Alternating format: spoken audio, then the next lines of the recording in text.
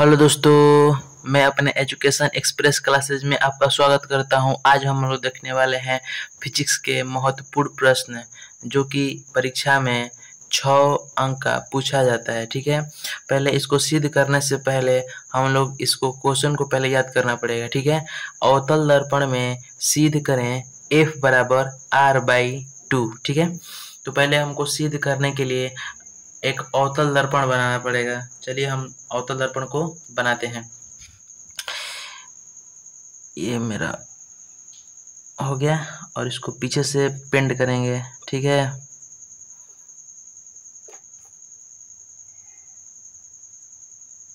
ये मेरा अवतल दर्पण हो गया। अब यहाँ पर प्रधान अक्ष लेंगे। ठीक है, प्रधान अक्ष या इसे हम मुख्य अक्ष भी बोलते हैं। ठीक है, इसे हम प्रधान अक्ष या मुख्य अक्ष भी बोलते हैं। और इस यहाँ पर जो केंद्र है इसे हम P से सूचित करते हैं, जिसे हम ध्रुव कहते हैं। ठीक है, क्या कहते हैं? ध्रुव। और यहाँ पर मेरा होता है फोकस, जिसे हम फोकस कहते हैं। और ये है मेरा वक्रता केंद्र, जिसे हम C कहते हैं। पहले हमको ये बताइए, ये मेरा दर्पण हो गया। ठीक है, तो ये मेरा ध्रुव है और यह मेरा फोकस है। तो फोकस और ध्रुव के बीच की दूरी को हम पहले क्या कहते हैं, ये पहले बताइए हमको। फोकस और ध्रुव के बीच की दूरी को FP के बीच की दूरी को हम क्या कहते हैं? तो F कहते हैं। यह हो गया मेरा वक्रता केंद्र। तो वक्रता केंद्र और ध्रुव के बीच की दूरी को हम क्या कहते हैं? तो R से सूचित करते हैं। ठीक है, CP बराबर R। ये याद रखिएगा, वक्रता केंद्र और ध्रुव के बीच की दूरी को हम R से सूचित करते हैं और फोकस और ध्रुव के बीच की दूरी को हम F से सूचित करते हैं। ठीक है, और चलिए हम लोग बनाते हैं। तो ये देखिए हो गया। अब जान गए ना, फोकस और ध्रुव के बीच की दूरी को हम F से सूचित करते हैं और वक्रता केंद्र और ध्रुव के बीच की दूरी को हम R से सूचित करते हैं। ठीक है, तो देखिए चलिए हम एक प्रकिरण लेते हैं। ठीक है, जो यह एक आपतित किरण है। देखिए बताते हैं आपको। ये हो गया मेरा समतल, ये हो गया मेरा समतल। यहाँ से आती प्रकाश की किरणें परावर्तन के बाद टकरा कर मुड़ जाती है। इस जो प्रकाश आ रहा है इसे कौन किरण बोला जाता है? इसे बोलते हैं हम आपतित किरण। आने वाली किरण को बोला जाता है आपतित किरण और टकरा कर जाने वाली किरण को बोला जाता है परावर्तित किरण। ठीक है, परावर्तित किरण। इसे बोला जाता है आपतन बिंदु। आपतन बिंदु। इसे बोला जाता है अभिलंब। अभिलंब। देखिए तो ये जो है, ये आपतित किरण है जो टकराने के बाद फोकस से होकर गुजरी। ठीक है, ये आपतित किरण है जो परावर्तन के बाद फोकस से होकर गुजरी। और मैं अवतल दर्पण का नाम दे देता हूँ M' और M और M' इसका नाम दे दिया। और जो आने वाली किरण इसका भी नाम दे देते हैं A और B। तो पहले चलिए इसको लिखते हैं, कैसे लिखा जाता है इसको लिखने का प्रयास करते हैं। ये देखिए लिखेंगे पहले, माना M और M' क्या है? एक अवतल दर्पण है। कितना लड़के होते हैं कि इसको लिखने में गलती करते हैं। ठीक है, तो चलिए हम आज बताते हैं इसको लिखने का सबसे बेस्ट आसान तरीका। माना M कौन सा दर्पण है? अवतल दर्पण है। तो M क्या है? M एक अवतल दर्पण है। अवतल दर्पण है। ठीक है, AB को हम क्या बताएं? ये आने वाली किरण, यानी आने वाली किरण को हम क्या कहते हैं? आपतित किरण कहते हैं। ठीक है, तो लिख देंगे AB एक क्या है? आपतित किरण है। AB एक आपतित किरण है जो परावर्तन के बाद कहाँ से गुजरती है? तो फोकस से गुजरती है। AB एक आपतित किरण है जो परावर्तन के बाद फोकस से यानी F से गुजरती है, गुजरती है। यहाँ तक समझ में आ गया? अगर यहाँ तक आ गया तो जानिए कि आधा प्रश्न हमारा बन गया। ठीक है, बहुत इजी है, बहुत इजी। चलिए आगे देखते हैं। और यहाँ पर ये क्या है, ये बताइए।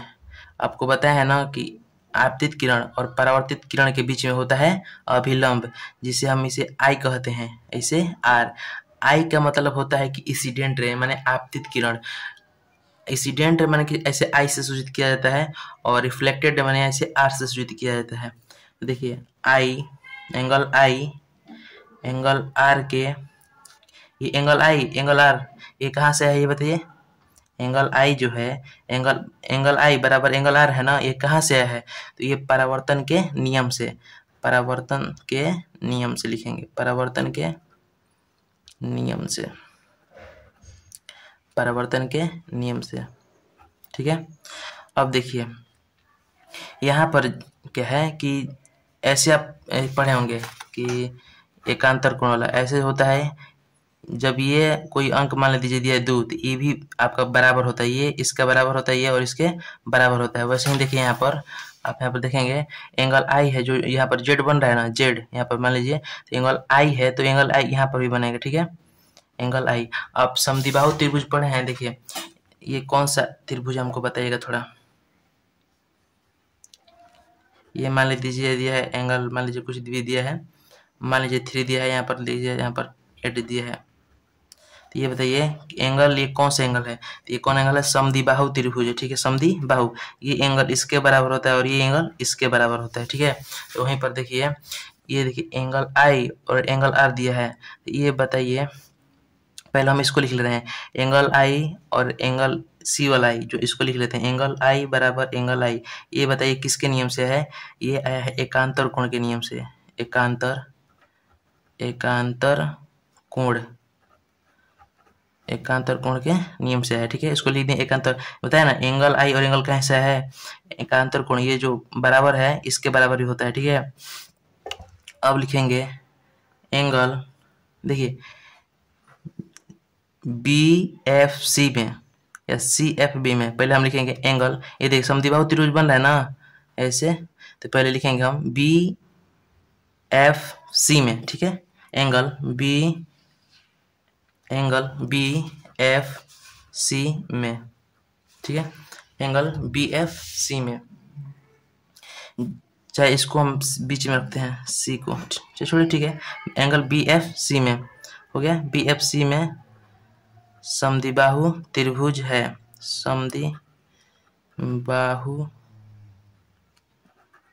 त्रिभुज है। यहाँ पर हम सी लिख देते बहुत अच्छा होता, बी सी एफ में। ठीक है, बी सी एफ में ऐसा चलता है। ठीक है, बी सी एफ में हो गया, तो बी सी एफ में एक समद्विबाहु त्रिभुज है। ठीक है, अब आगे देखते हैं। बी सी एफ में देखिए सी एफ और बी एफ जो एंगल होता है एक दूसरे के बराबर, तो बताया ना समद्विबाहु त्रिभुज में 2 एंगल बराबर होता है। ये जो एंगल है इसके बराबर होता है, ठीक होता है ना, और ये जो एंगल है इसके बराबर होता है। तो हम लिख दे रहे हैं सी एफ बराबर किसके होता है? बी एफ के। तो यहाँ पर लिख दें सी एफ बराबर क्या होता है? B F. इसको हम क्या मान लें? इसको मान लेते हैं समीकरण 1। ठीक है, अब इसे लिखेंगे पुनः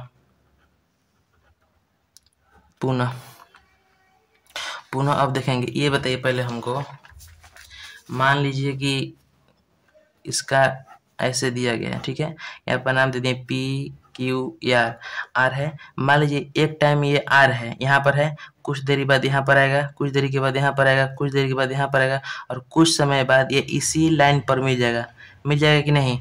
मिल जाएगा। तो देखिए यहाँ पर, तो वैसे ही देखिए जो एफ से पी है और एफ से बी है, तो ये एक टाइम आएगा कि एफ पी में जाकर मिल जाएगा कि नहीं? तो वैसे भी देखिए बी जो एफ और एफ से पी है ये दोनों बराबर है। तो इसको हम कैसे लिखें? पहले इसको लिखिए कि बी पी के काफ़ी नज़दीक है, काफ़ी नज़दीक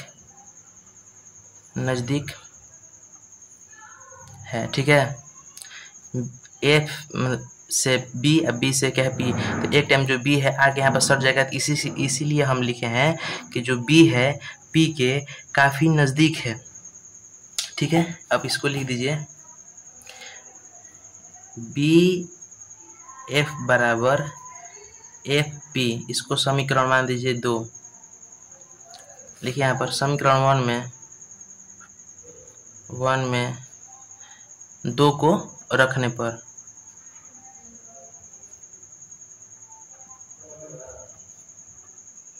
रख दिए, तो ये बताइए इसमें भी बी एफ है और इसमें भी बी एफ है, तो ये दोनों बी एफ जब सेम सेम है तो हट जाएगा, तो बचेगा क्या सी एफ बराबर एफ पी, यानी सी एफ बराबर एफ पी दोनों एक दूसरे के बराबर हैं, एक दूसरे के क्या है बराबर हैं। तो ये देखिए हमको C से P तक जाना है, तो C से P तक जाने के लिए हम क्या करेंगे, तो पहले C F और F से P को क्या करेंगे ऐड करेंगे। तो इसको ऐड कैसे करेंगे, तो देखिए यहाँ पर जब C P बराबर हमको C से कहाँ जाना है तो P तक जाना है, तो P तक जाने के लिए C से F से P जोड़ेंगे ना, तो इसको जोड़िए C P बराबर C F plus F P। ठीक है, तो C P बराबर देखिए यहाँ पर देखिए आया ना सी एफ बराबर एफ पी, या एफ पी के बराबर सी एफ लिखिए या सी एफ के बराबर एफ पी लिखिए, बार बराबर ही है, तो हम सी पी की जगह पर हम क्या एफ पी लिख सकते हैं और एफ पी दिया है तो एफ पी, तो ये बताइए सी पी बराबर एगो एफ और एगो एफ पी, दोनों एफ पी को एफ पी हो गया 2FP हो गया।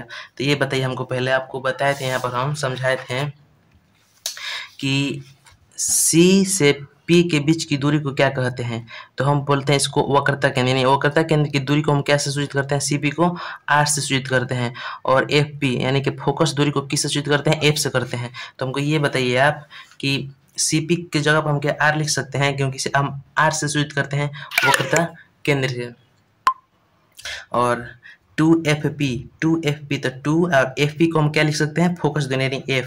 तो देखिए एक आ गया ये R बराबर 2F, या हम इसे ऐसे भी लिख सकते हैं F बराबर R बटा में 2। चलिए प्रूव्ड हो गया। धन्यवाद। वीडियो अच्छा लगा हो तो कृपया शेयर करें और सपोर्ट करें। थैंक यू, धन्यवाद। चैनल को सब्सक्राइब करें, ज़्यादा से ज़्यादा शेयर करें। ठीक है।